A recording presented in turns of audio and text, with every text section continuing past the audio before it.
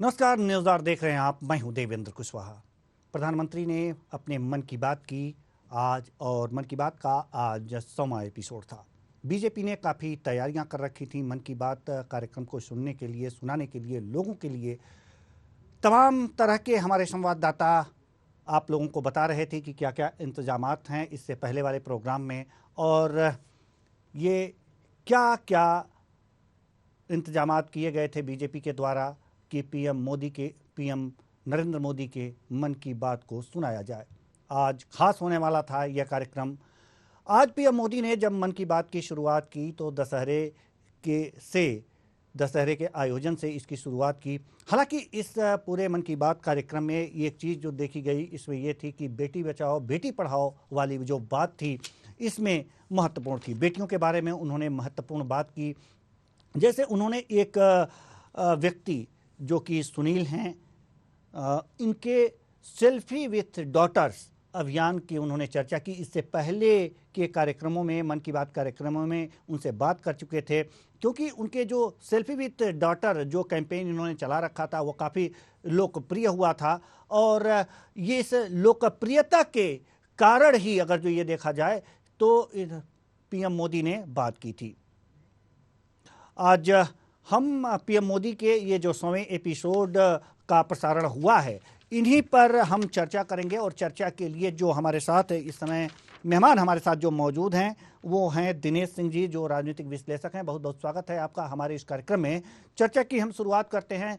जैसा कि मैं अभी अपने दर्शकों को बता रहा था कि सेल्फी विथ डॉटर की जहाँ तक बात की जाए तो उन्होंने इस अभियान जो कैंपेन चला रखा था, सुनील जी ने इनकी चर्चा की, प्रधानमंत्री नरेंद्र मोदी ने। इसके साथ ही साथ उन्होंने जो बेटियों की महत्ता को भी यहाँ पर दर्शाया है। तो कुल मिलाकर के ये कहा जा सकता है कि जो हरियाणा से इन्होंने बेटी बचाओ बेटी पढ़ाओ का कैंपेन की शुरुआत की थी, आज हरियाणा के ही सुनील जी से उन्होंने बात की, सेल्फी विथ डॉटर्स की सराहना की। इसको किस रूप में देख रहे हैं जी? धन्यवाद कुशवाहा जी। आपको और आपके दर्शकों सबको नमस्कार। देखिए, जैसे कि आज एक महत्वपूर्ण दिन है कि मन की बात का 100वां एपिसोड आज प्रसारित हो रहा है। और इसमें हमारे देश के लिए एक बहुत बड़ी उपलब्धि की बात है कि इसका यूएन हेडक्वार्टर में इसका सीधा प्रसारण होगा जी। और भाजपा ने इसका 4 लाख जगहों पर सीधा लाइव स्ट्रीमिंग का इंतजाम कर रखा है। और ये देखिए कि इस समय जैसे कि अक्टूबर 2014 में इसकी शुरुआत हुई थी, तब से लेकर प्रधानमंत्री जो है बहुत सारी चीजों के बारे में इसमें चर्चा करते हैं। और इसमें जैसे कि अनसंग वॉरियर्स जो अलग अलग जगहों, जैसे कि चाहे नॉर्थ ईस्ट हो, चाहे हरियाणा हो, चाहे यूपी हो, चाहे उत्तराखंड हो, तो बहुत सारे हमारे अनसंग वॉरियर्स ऐसे मतलब जिनका नाम कहीं पर हिस्ट्री में ज्यादा नहीं है या जिनको लोग भूल चुके हैं, तो उनको याद करने का काम भी करते हैं। महिला सशक्तिकरण वगैरह ऐसे मुद्दे जो हैं, जो अलग अलग सकारात्मक मुद्दे जो हैं, जो समाज में बदलाव लाते हैं, उनके बारे में वो हमेशा चर्चा करते रहते हैं। और 100वां एपिसोड स्पेशली इसलिए भी था कि जैसे इसमें और विभिन्न चीजों को सबका समावेश करके इन्होंने सत्यों को बताया था। और इसमें जैसे कि सेल्फी विद डॉटर वाला जो जैसे इन्होंने वो जो बताया कि सुनील जो थे हरियाणा के, तो हरियाणा आज उसमें शहर है क्योंकि बेटी बचाओ पढ़ाओ आंदोलन जो था उसकी शुरुआत हरियाणा से की गई थी और वो काफी सफल रहा था। और उसके बाद में एक जागरूकता समाज में फैली थी कि हाँ भी ठीक है, बेटियां भी जो हैं बेटों से कम नहीं है और उनको पढ़ाना सबसे ज्यादा जरूरी है, क्योंकि पढ़ाने अगर एक बेटी अगर पढ़ती है तो समाज में काफी बदलाव आते हैं और वो पूरा परिवार जो है उसको पढ़ाने का और उसको आगे लेने का काम करती है। और उसमें और बहुत सारी चीजें जैसे कि जैसे कि G20 जो समिट है उसकी देखता उसके बारे में बातचीत की और कई चीजों के बारे में बातचीत की। और पीएम मोदी जो है रूजवेल्ट जो प्रेसिडेंट थे यूएस के, उनके बाद में दूसरे व्यक्ति हैं जिन्होंने रेडियो पर इस तरह की बातचीत की और बात करके विभिन्न मुद्दों को और विभिन्न जो चीजों को और समाज की जो बातें हैं जी, हम आपको रोकना चाहेंगे सर, हम आपको रोकना चाहेंगे। दिनेश सिंह जी हमारे साथ, रमेश शर्मा जी जो वरिष्ठ पत्रकार हैं जुड़ चुके हैं। बहुत बहुत स्वागत है आपका हमारे इस कार्यक्रम में। जी रमेश शर्मा जी, हम आपके पास आएंगे, लेकिन दिनेश सिंह जी जो राजनीतिक विश्लेषक हैं हमारे कुछ बता रहे हैं इस 100वें एपिसोड के बारे में। अपनी बातें पूरी कर लें, उसके बाद हम आपके पास आते हैं। जी दिनेश जी जारी रखिए। जी जी, इनका भी स्वागत है वरिष्ठ पत्रकार महोदय का। तो देखिए, मैं ये बता रहा था कि इसमें ये जो यूएस के प्रेसिडेंट थे रूजवेल्ट, उनके बाद में ये पीएम मोदी दूसरे प्रधानमंत्री हैं जो कि रेडियो पर इस तरह की बातचीत जनता से सीधा संवाद करने का काम करते हैं। और इससे देखिए समाज में बहुत बदलाव का होता है, क्योंकि सीधा जुड़ने का होता है। जैसे बहुत से लोग चिट्ठी लिखते रहते हैं कि चिट्ठी लिख करके विभिन्न मुद्दे हैं उनको उठाते हैं, और पीएम जैसे इतने बड़े प्लेटफॉर्म से जब बोलते हैं, क्योंकि इनको सर्वे की पार्टी विशेष की बातचीत नहीं है, सर्वे की सिर्फ भाजपा के कार्यकर्ता सिर्फ सुनते हैं। पीएम को सुनने वाले लोग विभिन्न वर्गों से, विभिन्न समाज के तबकों से, और सब लोग सुनते हैं। तो इसे एक बदलाव की एक नई जो पहल है और एक अच्छी शुरुआत है उन्होंने की, उसके लिए मैं इनकी प्रशंसा करता हूँ और बहुत बहुत बधाई देता हूँ। जी जी, प्रशंसा करते हैं, बहुत बहुत बधाई देते हैं। तो सवाल आपसे रमेश शर्मा जी, सवाल आपसे ही, क्योंकि ये जो सेल्फी विद डॉटर का जिक्र किया था प्रधानमंत्री नरेंद्र मोदी ने, उन्होंने ये भी कहा कि इससे जो है, जो हरियाणा का सेक्स रेशियो है, इसमें कुछ बढ़ोतरी दर्ज की गई है। जी, क्या नजरिया है आपका?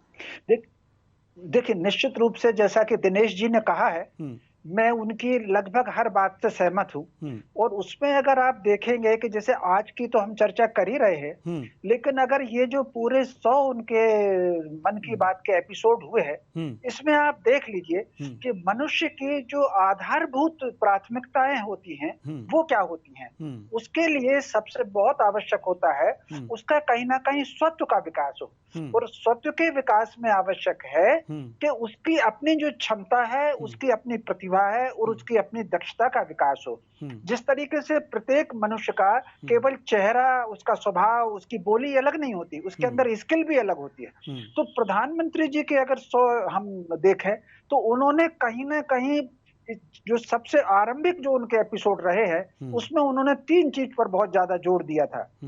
एक तो स्वत्व पर बहुत जोर दिया था, और दूसरी स्किल का डेवलपमेंट कर जो स्वत्व के विकास पर उन्होंने जोर दिया था। तीसरी साफ सफाई पर उन्होंने बहुत जोर दिया था।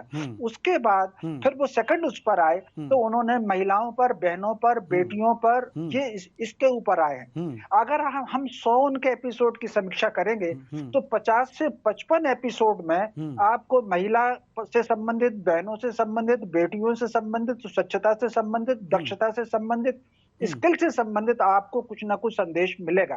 तो भारत की अगर हम संस्कृति को देखें तो भारत की संस्कृति अगर विश्व गुरु कभी रहा है, सोने की चिड़िया रहा है, तो वो 2 ही चीजों के कारण रहा है। एक तो कहीं ना कहीं हमारी जो शिल्प रही है, शिल्प और दक्षता के कारण यहाँ से निर्मित चीजें बाहर जाती थी और आती थी। लेकिन व्यक्ति स्वस्थ कब रहेगा? जब वो स्वच्छ रहेगा, वो स्वस्थ रहेगा। तो वो स्वस्थ मानसिक रूप से स्वस्थ रहे, शारीरिक रूप से स्वस्थ रहे। प्रधानमंत्री जी के ये पूरे के पूरे 100 जो एपिसोड हैं, इस पर कहीं ना कहीं ये जो आधारभूत आवश्यकता है मानवीय विकास की, उस पर उन्होंने जोर दिया है, भारतीय संस्कृति पर जोर दिया है। जैसे आज का भी हम देखें, हरियाणा कौन सा क्षेत्र है? हरियाणा, अगर आप प्राचीन भारत को देखेंगे, मैं 2000-2500 वर्ष पुराने भारत की बात नहीं कर रहा हूँ, मैं 3000 वर्ष पुराने भारत की बात कर रहा हूँ। तो उस भारत में जो साम्राज्य हुआ करते थे, जैसे आर्यावर्त था, ब्रह्मवर्त था, आनर्त था, ये जो साम्राज्य हुआ करते थे, तो आर्यावर्त का केंद्र जो था वो कहीं ना कहीं ये जो हरियाणा वाला क्षेत्र है यही था। तो यही उन्होंने कहीं ना कहीं जो नारी शक्ति को लेकर के और नारी के सम्मान को लेकर और नारी शिक्षा को लेकर प्रधानमंत्री जी ने जो अब तक जो कहा है, नारी शक्ति पर कहा है, नारी सम्मान पर कहा है और नारी शिक्षा पर कहा है, कहीं ना कहीं आज का जो उनकी बातचीत, बेटी से जो बातचीत है, उसमें ये तीनों निष्कर्ष आते हैं। भारत की संस्कृति वो नहीं है कि नारी और पुरुष सम्मान हो, भारत की समान हो। भारत की संस्कृति पुरुष से एक कदम आगे नारी को देखती है। ये जो कहा गया है, जब सृष्टि का आरंभ हुआ, समय का आरंभ हुआ, परम ब्रह्म जब अपनी सुषुप्त अवस्था से लेकर के तुर्यातीत अवस्था में आए हैं, तो उन्होंने जो सबसे पहला एटम बनाया है वो उसको नारी का बनाया। उसको आधा कहा गया, आधा यानी फर्स्ट हाफ, इसीलिए इसे आदि शक्ति बना हुआ है। पुरुष को उन्होंने पूर्णा कहा है। तो जो कहीं ना कहीं एक कदम आगे रही है नारी, शक्ति के कारण एक कदम आगे रही है, तो उसको उन्होंने कहीं ना कहीं, अगर मानवीय सभ्यता का विकास, भारत का विकास अगर होगा तो नारी के प्राथमिकता में होगा। नारी का स्वास्थ्य हो, नारी की शिक्षा हो, नारी का सम्मान हो। तो आज के एपिसोड में प्रधानमंत्री जी के में और उनके तमाम एपिसोड में हमको ये बातें भारतीय संस्कृति की और सत्य की और स्वाभिमान के विकास की झलक मिलती है। जी, जो बहुत अच्छी बात है। जी, दिनेश सिंह जी, हम आपके पास आना चाहेंगे। दिनेश सिंह जी, सवाल यहाँ पर स्वच्छता की अभी बात की है रमेश शर्मा जी ने, और स्वच्छता की जहाँ तक बात हो और पहाड़ों की स्वच्छता की बात हो, तो आज प्रधानमंत्री मन की बात में उन्होंने स्वच्छता के साथ साथ पहाड़ों की स्वच्छता की ओर ध्यान देने वाले प्रदीप सांगवान जी से उन्होंने बात की है। और इन्होंने जो हिमालय की चोटियाँ हैं इन पर जो स्वच्छता का कार्यक्रम ये चला रहे हैं प्रदीप सांगवान जी, इसकी बहुत ही बड़ाई की है और उनसे संतुष्टि मिली है। तो स्वच्छता की बात तो हम लोग यहाँ पे करते हैं, लेकिन पहाड़ों की स्वच्छता की बात विशेष रूप से नहीं कही जाती। तो इस माध्यम से एक तरह से ये भी देखा जा सकता है कि पहाड़ों की स्वच्छता की ओर लोगों का ध्यान गया है। जी, क्या कहेंगे? धन्यवाद जी। देखिए, ऐसे कि एक स्वच्छता कहें, सफाई कहें या एनवायरमेंट का प्रोटेक्शन कहें, सभी चीजें मिली जुली हैं। और देखिए पहाड़ों में क्या है कि वहां पर क्या होता है कि जैसे कि लोगों का ध्यान इतना नहीं जाता था और लोग क्या था, मतलब बेसिक चीजों में जैसे करें, जैसे प्लास्टिक हो गया या ऐसे जो इस्तेमाल जो करें चीजें जो बायोडिग्रेडेबल जो होगी, जो जैसे कि जिनका अपने आप को जो भूल जाती है सॉइल में, तो उस तरह की चीजें इस्तेमाल करें, उस पर काफी जोर दिया गया। और प्रधानमंत्री ने समय समय पे अलग अलग एपिसोड में इस तरह की हर तरह की चीजों पर बातचीत की कि जैसे कि प्रोडक्ट्स बनाने से लेकर के उनका निष्पादन और किस तरीके से उनका बाद में जैसे पैकेजिंग है, तो पैकेजिंग जैसे निकाल कर जैसे कि पर्यटन के जैसे स्थल जाते जो है पहाड़ों पे, तो वहां पर सबसे बड़ी सफाई का मुद्दा है कि तो आपने हमने सबने देखा जाता है कि जगह जगह पर कूड़े के पहाड़ तो नहीं कह सकते, लेकिन जगह जगह कूड़े के ढेर आपको मिलेंगे जिनकी सफाई अगर समय समय में नहीं की जाए और अगर उसको अगर फेंकेंगे तो कहाँ फेंकेंगे? तो उसको जैसे करके जो सांगवान जी जो जैसे हैं, तो इनका सराहनीय कदम है। और भी अन्य इस तरह की स्वयंसेवी संस्थाएं हैं जो इस तरह के कार्य कर रही हैं। और देखिए कि जैसे आप प्लास्टिक हो गया या और इस तरह की अन्य वस्तुएं कुछ हो गई, तो ये कि मतलब जैसे पर्यटक भी जाए तो उनको भी ध्यान रखना चाहिए कि जहां तक गंदगी कम से कम हो भी फैले, क्योंकि देश हमारा है, पहाड़ भी हमारे हैं और प्राकृतिक साधन जो भी हमारे हैं, इनको अगर हम दुरुपयोग इनका करेंगे तो आगे कब तक इसको हम चला पाएंगे? बिल्कुल। और वहाँ भी साफ सफाई की अति आवश्यकता होती है और साफ सफाई अगर जहाँ भी हो, स्वच्छता हो, तो वहाँ पर एक तरह से ये भी कहा जाता है देहातों में कि बरकत होती है साफ सफाई से। तो कुल मिलाकर, और लक्ष्मी का वास होता है, तो कुल मिलाकर के लक्ष्मी का वास हो ना हो, लेकिन स्वच्छता रखना बहुत ही ज़रूरी है। बात स्वच्छता के साथ साथ पर्यटन की भी होती है। जैसे आपने पर्यटकों की बात की, तो आज मन की बात में पर्यटन की भी बात उन्होंने कही है।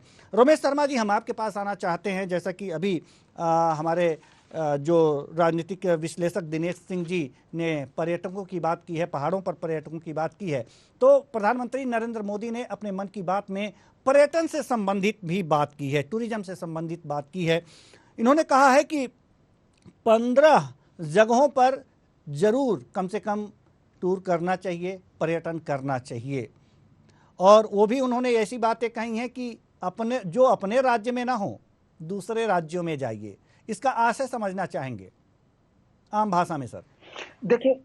देखिए आम भाषा में कुल मिलाकर के ये है, पर्यटन पर जो उन्होंने जोर दिया है वो कहीं ना कहीं अपने प्रांत से अलग हट करके दूसरे प्रांत पर। और अगर हम पिछले उनके एपिसोड और आज के पर्यटन की बात करेंगे तो प्रधानमंत्री जी ने हमेशा 2 बातों पर बहुत जोर दिया है।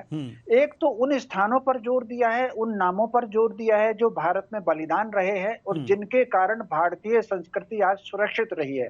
एक उन नामों पर जोर दिया है। दूसरा, उन्होंने उन स्थानों पर जोर दिया है जो कहीं ना कहीं जन आस्था का केंद्र भी रहे हैं। तो उसका एक कारण है, अगर आप ये देखेंगे तो पिछले 1500 वर्षों में देखेंगे तो दुनिया के 200 देशों का स्वरूप बदल गया है, संस्कृति बदल गई है, प्राथमिकताएं बदल गई हैं। भारत में यदि भारतीय संस्कृति सुरक्षित है तो वो उन बलिदानियों के कारण सुरक्षित है जो स्थानीय तौर के बलिदानी रहे हैं, जिनके सामूहिक नरसंहार हुए और उनको कोई नहीं जानता।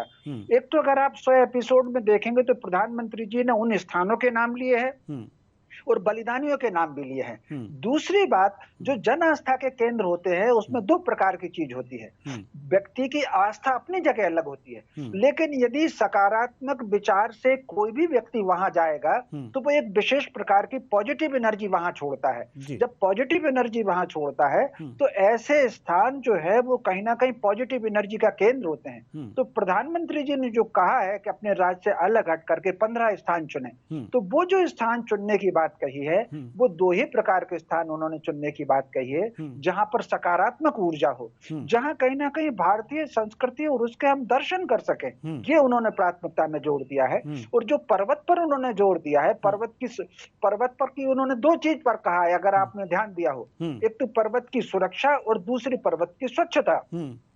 तो पर्वत वो चीज होती है जो पर्यावरण को संतुलित करता है। हमारी अधिकांश नदियां पर्वतों से निकलती हैं, हमारी अधिकांश जड़ी बूटियां पर्वतों पर होती हैं, हमें लकड़ी जलाने की वो भी पर्वतों से मिलती है। तो कुल मिलाकर के यदि पर्वत सुरक्षित रहेंगे, पर्वत साफ रहेंगे, पर्वत यदि स्वच्छ होगा तो वहां उपज होने वाली जो जड़ी बूटियां हैं, जो औषधियां हैं, तो वो औषधियां सुरक्षित रहेंगी। अगर मान लीजिए आपने प्लास्टिक डाल दिया, कुछ अपना जूठा डाल दिया और वो किसी औषधि के पेड़ में चला गया तो वो औषधि का गुण प्रभावित होगा। तो प्रधानमंत्री जी ने स्वच्छता पर भी जोर दिया है और उसकी सुरक्षा पर भी जोर दिया है। पर्वत सुरक्षित रहेंगे तो नदियां सुरक्षित रहेंगी, पर्वत स्वच्छ रहेंगे तो जो वनौषधि है वो आपको ठीक से मिलेगी। और स्वास्थ्य के लिए, संपन्नता के लिए व्यक्ति का शारीरिक रूप से और मानसिक रूप से स्वस्थ होना जरूरी है। पर्यटन केंद्र पर जब हम जाते हैं तो कहीं ना कहीं हमको फ्रेशनेस आती है, हमारे भीतर मानसिक स्वच्छता आती है और एक सकारात्मक ऊर्जा आती है और पर्वत से कहीं ना कहीं आरोग्य मिलता है। एक बार आप पर्वत का पर्यटन अगर कर लेंगे तो मान करके चलिए कि आपके भीतर आरोग्य के कई जो वायरस हैं वो खड़े होंगे और रोग देने वाले वायरस आपके नष्ट होंगे। तो पर्वत पर जाने से आपको आरोग्य भी मिलेगा, सकारात्मक ऊर्जा भी मिलेगी और भारत फिर से विश्व गुरु और विश्व संपन्न देशों की अग्रणी हो सकेगा। ये उनका संदेश था। जी, ये बहुत अच्छा संदेश था, एक सकारात्मक संदेश था। यानी कि हर उनके एपिसोड में, हर मन की बात कार्यक्रम में एक सकारात्मक ऊर्जा होता है। इसी ऊर्जा के जरिए उन्होंने कहा है कि बहुत से जन आंदोलन शुरू हो गए हैं। जन आंदोलन से तात्पर्य ये है कि जो खिलौने हैं, खिलौनों के जो भारतीय खिलौने हैं उनको बनाने के काम शुरू हुए हैं और एक तरीके से ये एक लघु उद्योग विकसित हुआ है और ये तमाम चीज़ें हुई हैं। ये बातचीत के कारण, जब बातचीत हुई है, थोड़ी सी जागरूकता फैली है, तो खिलौने हैं, देसी डॉग है, गरीब छोटे दुकानदारों से मोल भाव न करने की बातें भी सामने आई हैं। तो एक तरह से सामाजिक समरसता की बात आई है। जैसे जैसे मन की बात लोगों के सामने आते गए हैं, सामाजिक समरसता आई है। क्या आपको भी देखने को मिला है जमीनी स्तर पर कि इस तरह से सामाजिक एक जन आंदोलन उत्पन्न हुआ है? छोटे दुकानदारों से वास्तव में अगर जो मोल भाव करते हैं तो वो सामने वाले को अच्छा नहीं लगता और अपने आप को अब फीलिंग सी होने लगी है कि ये तो छोटे दुकानदार हैं, इनकी कमाई कितनी होगी, इनसे मोल भाव क्या किया जाए। जी, हम राजनीतिक विश्लेषक दिनेश सिंह जी से ये जानना चाहते हैं कि क्या महसूस कर पाते हैं इस बात को आप भी? बिल्कुल रविंद्र जी, बिल्कुल आपने जो बोला सटीक बात बोली है। दूसरा एक मैं आपको उसमें एक चीज बताना चाहूंगा कि जैसे खिलौनों की आपने बातचीत की, पहले हम लोग डिपेंडेंट थे इसके खिलौनों के लिए चाइना पर डिपेंडेंट थे। हमारे यहाँ पर जो चाइनीज टॉय जो आते थे तो उसका हमने बहुत कम इम्पोर्ट अभी कर दिया है। और आपको जान के खुशी होगी 70% हमारी जो उसके ऊपर जो इंडिपेंडेंस है, मतलब एक तरह से 70% जो है वो कम हो गया है। यानी कि सिर्फ 30% सिर्फ आयात करते हैं, बाकी हम लोग यहाँ से 70% जो है इम्पोर्ट कम करते हैं और उसके साथ साथ निर्यात करते हैं। तो ये अपने आप में इकोनॉमी को बढ़ाने वाला काम। और खिलौनों के देखिए, खिलौनों के मतलब बड़े से लेके छोटे हद तक है, जैसे कि बड़े बड़े ब्रांड भी काफी सारे हैं। उसके अलावा बहुत सारे छोटे छोटे हैं जो छोटे छोटे जगहों में, जैसे कि पर्यटक स्थल है उनपे भी हो गया।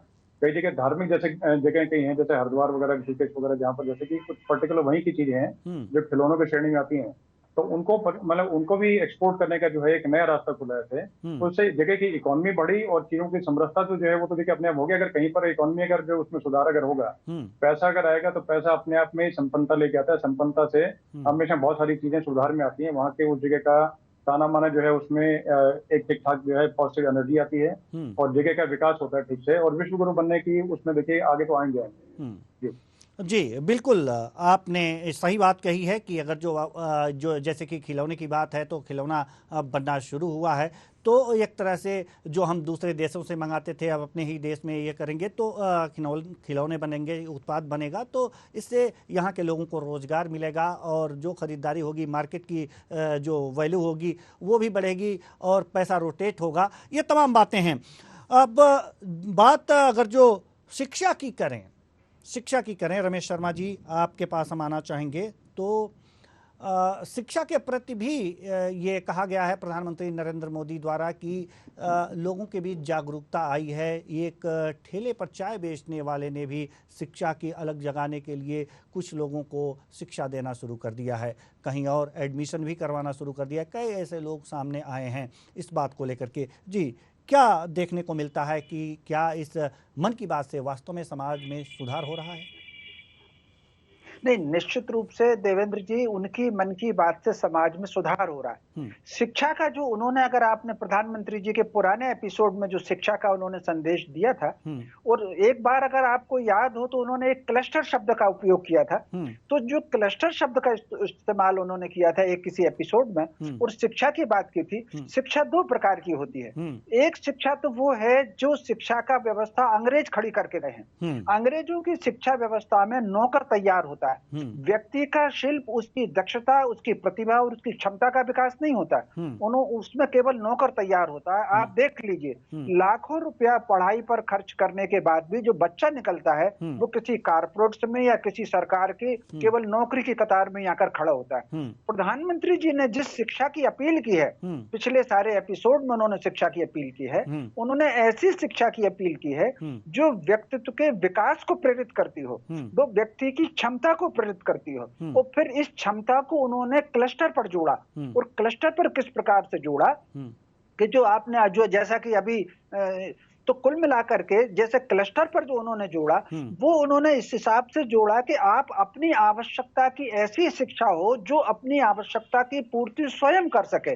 गांव की जरूरत गांव में पूरी हो, और अगर बाय द वे एक गांव की जरूरत उस गांव से पूरी नहीं हो रही है तो 4-6 गांवों को मिलाकर के क्लस्टर बना लिया जाए। जैसे उदाहरण मैं देता हूं, प्रधानमंत्री जी ने कुछ और उदाहरण दिया था जो उस समय मुझे ध्यान नहीं आ रहा, मैं अपना उदाहरण देता हूं। मान लीजिए एक जगह मूंग अच्छी पैदा होती है तो वो दूसरे गांव को मूंग भेज दे और वहां से गेहूं वापस ले ले या चने वापस ले ले। इसी तरीके से उन्होंने कहा था कि हम बहुत ज्यादा जो रेडीमेड पर केंद्रित होते चले जा रहे हैं, और रेडीमेड पर केंद्रित होना ही विदेशी व्यापारियों को लाभ देता है और हमारे यहाँ का नौजवान जो है वो बेरोजगार होता है। तो हम ऐसी शिक्षा प्रदान करें, वो भले चाय के ठेले पर प्रदान करें, उसके अंदर ये प्रेरणा जागे कि वो भले ही भजिए बेचना हो, उसको चाय का ठेला लगाना हो, मंगोड़े बेचना हो, समोसे बेचना हो, कहीं ना कहीं उसमें ये आत्मनिर्भरता का भाव आए और अपने लोकल की जरूरत, चाहे वो खिलौने से लेकर खेती से दाल काटने से लेकर रेडीमेड की तरफ ना चला जाए।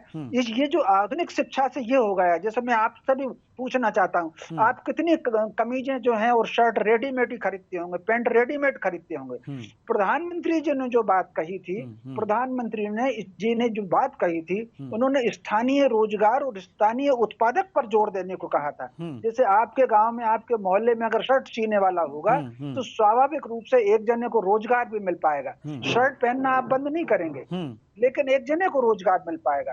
तो जो उन्होंने लोकल प्रोडक्शन पर जोर दिया हुआ था, गांव से लेकर के नगर तक, वो कहीं ना कहीं आत्मनिर्भर भारत के लिए कहा था। और उन्होंने जो कहा था कि ये भारत का अमृत महोत्सव अगर मना रहे हैं तो ये अमृत काल तभी सार्थक होगा जब भारत आत्मनिर्भर होगा। आत्मनिर्भर गांव बने, आत्मनिर्भर जिला बने, आत्मनिर्भर प्रदेश बने, तब देश आत्मनिर्भर हो पाएगा। इसलिए उन्होंने ऐसी शिक्षा पर जोर देने को कहा था जो स्वावलंबन की शिक्षा हो, व्यक्ति को आत्मनिर्भर बनाने वाली शिक्षा हो, स्वरोजगार वाली शिक्षा हो। ये उनके विभिन्न एपिसोड का संदेश निकलता है, जिसका आज भी उन्होंने हल्का सा संकेत किया था। जी, हल्का सा संकेत तो उन्होंने, जो मंजूर अहमद हैं जम्मू कश्मीर के, उनके पेंसिल स्लेट और वोकल फॉर लोकल की बात करके ही कही थी। जहां तक बात रोजगार की आ रही है, रमेश शर्मा जी ने जैसा कि अभी कहा कि जैसा कि आपने कहा कि अब रोजगार की तरफ, आत्मनिर्भर भारत की तरफ उनका रुख है और संदेश देने की कोशिश की गई।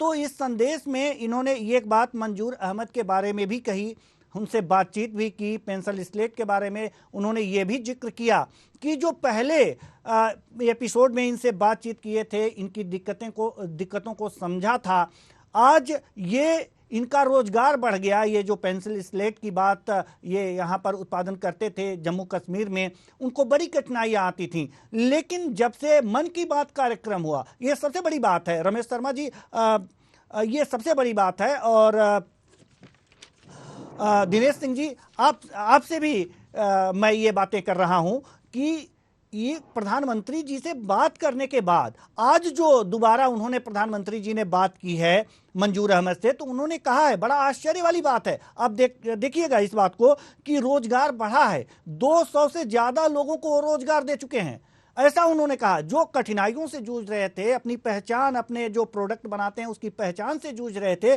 आज वो 200 से ज्यादा लोगों को रोजगार दे रहे हैं। क्या कहेंगे आप इसे मन की बात कार्यक्रम का असर कह सकते हैं? जी बिल्कुल कुशवाहा जी, इसका असर ही कह सकते हैं। देखिए ऐसे कि जो व्यक्ति खुद अपने लिए रोजगार के लिए पहले जुझारू था, वो 200 लोगों से ज्यादा का रोजगार दे पा रहा है, तो इससे बड़ी बात है। तो दूसरा एक चीज आपको जान करके और अच्छा लगेगा कि बड़ी सिटीज के बनस्पत, बड़ी सिटीज के मुकाबले जो छोटी सिटीज हैं उनमें रोजगार का सृजन ज्यादा हुआ है पिछले कुछ समय से। और ये डेटा है, आप देख सकते हैं इसको से कि छोटी जो सिटीज हैं, टीयर 2 और टीयर 3 जो सिटीज हैं, उनमें रोजगार का सृजन जो है बड़ी सिटीज के मुकाबले ज्यादा हुआ है और उनमें रोजगार देने की क्षमता ज्यादा बढ़ी है। और उससे देखिए उनकी परचेजिंग कैपेसिटी बढ़ी है। परचेजिंग कैपेसिटी बढ़ने का मतलब ये हो गया कि भाई ठीक है कि पॉकेट में पैसा ज्यादा आया तो वहीं पर आदमी खरीदेगा और वहीं पर जो खर्चा करेगा तो वहीं के लोगों का विकास होगा और आसपास की जो सुविधाएं हैं उसमें बढ़ने में मदद होगी। तो देखिए हर तरह की चीजों को आप जैसे प्रधानमंत्री ने विभिन्न, जैसे कि स्लेट वाले जो सज्जन थे, इनसे बातचीत की तो इनका पहले जैसे कि इनका नाम पहुंचा तो इनको मदद करने के लिए 10 हाथ खड़े हुए। उसी प्रकार से स्वयं संस्थाएं जैसे कोऑपरेटिव, छोटे कोऑपरेटिव हैं, जैसे कि अमूल तो खैर बहुत बड़ा नाम है, गुजरात में, महाराष्ट्र में, ऐसी राजस्थान में काफी जगहों पर इस तरीके से और छोटे कोऑपरेटिव महिलाओं के बनाए गए हैं जो कि अपने आप में सेल्फ रिलायंट ग्रुप हैं, जो कि छोटे छोटे जगहों से और दूध इकट्ठा करके और एक जगह इकट्ठा करके फिर बाद में जैसे कि अपना एक कोई बड़ी डेयरी है या किसी को देने का काम करते हैं या कोई और उत्पादन काम करते हैं। जैसे उसी में एक नाम को और बता सकते, लिज्जत पापड़, आपका नाम आपने सुना होगा। जी जी, उसी प्रकार के ये तो नाम देखिए मशहूर है। इसके अलावा और बहुत सारे नाम ऐसे हैं जिससे कि बहुत मदद मिली। और देखे थे इन्होंने, प्रधानमंत्री ने बहुत सारे इस तरह के मुद्दे उठाए के मतलब इनके बारे में चर्चा की और इन्होंने जिसको जैसे बोला तो देखे थे कि अब लाखों करोड़ों लोगों तक बातें पहुंचती है तो वो अपने आप में एक जन आंदोलन बन जाता है और उससे आदमी के दिमाग में एक जैसे कि आप अगर बोलिए, मैं वो बच्चों को हम समझे हैं कि जैसे ही जो सबसे पहला व्यक्ति मिले उसको प्रणाम करना चाहिए जी। तो प्रणाम करने की एक शुरुआत हुई तो सकारात्मक अच्छी भी हुई बातें और मतलब की सारी सब बातें आगे बढ़ी। इसी प्रकार से अगर रोजगार की अन्य कुछ चीजें जैसे सकारात्मक बातें अगर बोलेंगे, जैसे प्रोडक्टिव मतलब कुछ आगे हो और समाज में, तो उसके लिए जो जिन्होंने चर्चा की उसको लोगों ने हाथों हाथ लिया और उसको लेकर के आगे जब बढ़े तो उससे बहुत फायदा मिला समाज में जी। बिल्कुल, अगर जो इनकी बात की जाए तो मन की बात कार्यक्रम से वास्तव में इनको ही नहीं कई लोगों को फ़ायदा मिला। जैसे कि बात तो हो रही बेतिया की, अगर जो बेतिया के प्रमोद जी की, ये तो एलईडी बल्ब के बनाए, और जिस तरह से आप बता रहे हैं कि जिस तरह से सहयोग से, एक दूसरे के सामूहिक योग से लोग एक दूसरे के साथ जुड़ करके जो काम कर रहे हैं उसकी सराहना हो रही है। और जब उसकी सराहना हो रही है, ईमानदारी से लोग काम करें तो वास्तव में बड़े स्तर पे काम कर सकते हैं। तो कुल मिलाकर के ये देखा जा रहा है, हम आएंगे रमेश शर्मा जी के पास और प्रश्न, ये एक अंतिम प्रश्न के रूप में हम आपसे प्रश्न करना चाहेंगे रमेश शर्मा जी। टूरिज्म की बात हुई और स्वच्छता की बात हुई, महिला सशक्तिकरण की बात हुई और रोजगार की बात हुई, ये सारी बातें हुई। प्रधानमंत्री जी ने मन के बात कार्यक्रम के अपने 100वें एपिसोड में ये जो पुराने लोगों से जो भी बात किए थे उसको दोहराया और उसका प्रतिफल क्या रहा ये बताया। आगे देखिए अगर इस तरह के अगर जो कार्यक्रम और जैसे प्रधानमंत्री जी हैं और मुख्यमंत्री भी अपना चलाएं तो इससे क्या लाभ नहीं हो सकता और ज़्यादा लोगों के बीच जागरूकता आ जाती हर राज्यों में?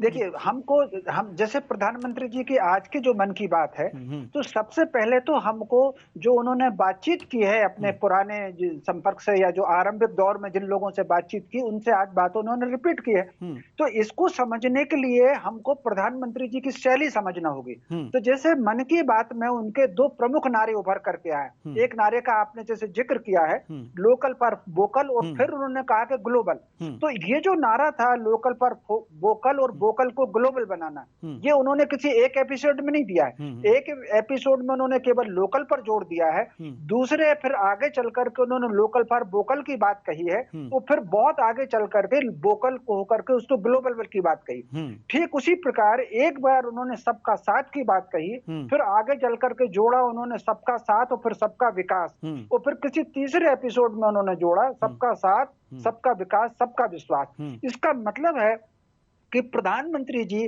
अपनी मन की बात के माध्यम से देश को एक एक सीढ़ी आगे बढ़ाना चाहते हैं। आपका मानस जो है, जिस तरीके से हम विद्या अध्ययन करते हैं पहली दूसरी तीसरी क्लास, उसी प्रकार देश के मानस को मजबूत करना चाहते हैं। और उसी तरीके से जो आज उन्होंने अपने लोगों से बातचीत की है, पुराने लोगों से, जिन लोगों से भी उन्होंने पहले, जैसे कश्मीर का मामला था, दतिया का सब संपर्क था, तो कहीं ना कहीं वो पूरे देश को ये संदेश भी देना चाहते हैं कि बात को करके छोड़ना नहीं है, आपने जो बात कही है उसकी समीक्षा करिए। ये जो संदेश न केवल सारे जनप्रतिनिधियों को है, सारे मुख्यमंत्रियों को भी है कि यदि वो एक नारा दे रहे हैं, एक नीति घोषित कर रहे हैं, तो उसके क्रियान्वयन की प्रगति क्या है। एक और मेरा अनुमान है, ये मैं अनुमान के आधार पर कह रहा हूं कि प्रधानमंत्री जी ने अचानक नहीं कह दिया होगा कि उन लोगों से हमारी बात कर रहे हैं। बीच में कहीं ना कहीं उन्होंने किसी लोकल एजेंसी को, लोकल के मुख्यमंत्री को या प्रशासन के व्यक्ति को इन लोगों की प्रगति का आकलन करने को कहा होगा।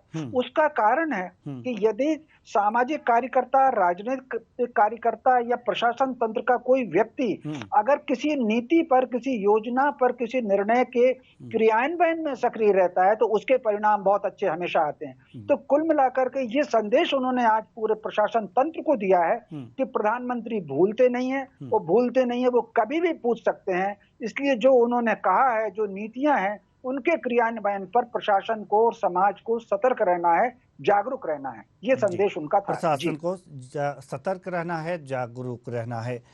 बहुत बहुत धन्यवाद दोनों मेहमानों का, आप आए और अपने अपने विचार साझा किए। तो प्रधानमंत्री नरेंद्र मोदी अपने मन की बात कार्यक्रम के 100वें एपिसोड का आज 100वें एपिसोड में अपने मन की बात करी, और जो भी पुराने एपिसोड में जिन जिन लोगों से बात किए थे उनका जिक्र किया। और सबसे बड़ी बात ये रही कि इस मन की बात के 100वें एपिसोड का प्रसारण जो है वो संयुक्त राष्ट्र में भी प्रसारित हुआ, जो वास्तव में भारत के लिए गौरव की बात है। और जो सबसे बड़ी बात यह भी है कि इस मन की बात कार्यक्रम को लोग बड़े ध्यान से सुनते भी हैं और अपने इसे जीवन में उतारते भी हैं। तो सिर्फ सुनना ही महत्वपूर्ण नहीं है, इसे जीवन में उतारना भी उतना ही महत्वपूर्ण है। फिलहाल इस कार्यक्रम में इतना ही। मुझे दीजिए इजाजत। नमस्कार।